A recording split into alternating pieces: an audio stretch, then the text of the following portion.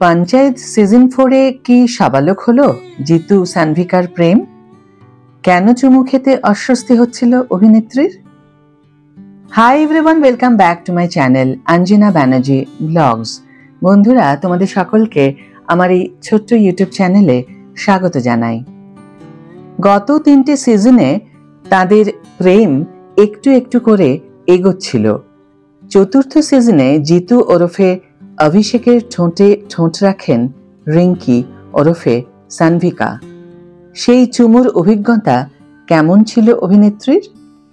Panchayat season 3 মুক্তির বছরখানেকের মধ্যে মুক্তি পেল পঞ্চায়েত সিজন 4, ওটিটির পর্দায় অন্যতম সফল ভারতীয় ওয়েব সিরিজ। এই সিরিজের প্রায় প্রতিটি চরিত্রই আলাদাভাবে দর্শকের নজর কেড়েছে। ফুলেরা গ্রামে যেমন সহজ সরল মানুষ রয়েছেন, তেমনই রয়েছে ভোটের রাজনীতি, রয়েছে প্রেমের ছোঁয়াও। এই সিরিজের প্রথম সিজনের শেষ পর্বে দেখা গিয়েছিল একটি জলের ট্যাঙ্কের ওপরে পঞ্চায়েত সচিব অভিষেকের সঙ্গে গ্রাম প্রধানের মেয়ে রিঙ্কির দেখা হয়েছে। ওয়েব সিরিজের প্রথম পর্বে পুরো অংশ জুড়ে তার নাম বারবার উল্লেখ করলেও শেষ দৃশ্যে এক ঝলকের জন্য রিঙ্কিকে দেখানো হয়েছিল, কোনো সংলাপ ছিল না তার। দ্বিতীয় সিজনে এসে তার চরিত্রটিকে ভালো করে ফুটিয়ে তোলার দিকে বিশেষ নজর দেন নির্মাতারা। চরিত্রটির সারল্য প্রথম থেকেই দর্শকদের মন কাড়ে। প্রধানের মেয়ে হিসেবে রিঙ্কি যেমন নিজের জায়গা করে নেন, তেমনি তার ও অভিষেকের রসায়ন নজর কাড়ে দর্শকদের। গত দ্বিতীয় সিজনের পর থেকে তাদের প্রেম একটু একটু করে সাবালক হয়। চতুর্থ সিজনে জিতুর ঠোঁটে ঠোঁট রাখেন সানভিকা।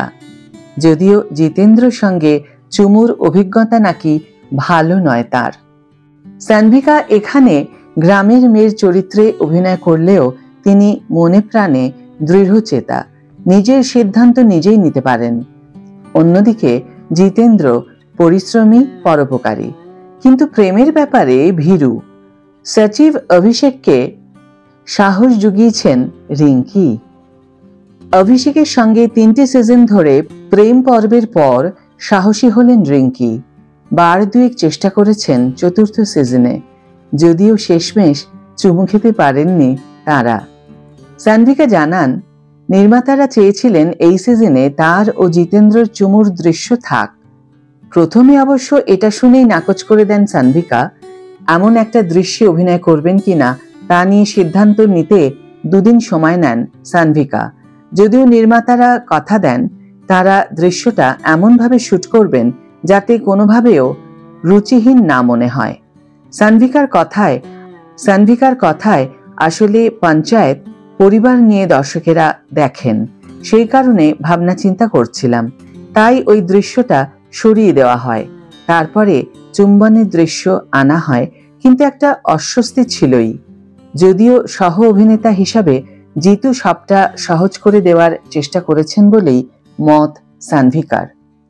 আজকের ভিডিও এখানেই শেষ করছি বন্ধুরা।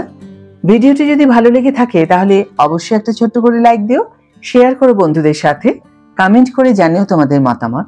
যারা এখনো আমার চ্যানেলটিকে সাবস্ক্রাইব করোনি তারা অবশ্যই চ্যানেলটিকে সাবস্ক্রাইব করে আমার পাশে থেকো, আর যারা অলরেডি সাবস্ক্রাইব করে দিয়েছো তাদের জন্য আমার অনেক ভালোবাসা এবং অনেক ধন্যবাদ। আজ তাহলে বিদায় বন্ধু, দেখা হবে পরের ভিডিওতে। ভালো থেকো, সুস্থ থেকো, সঙ্গে থেকো।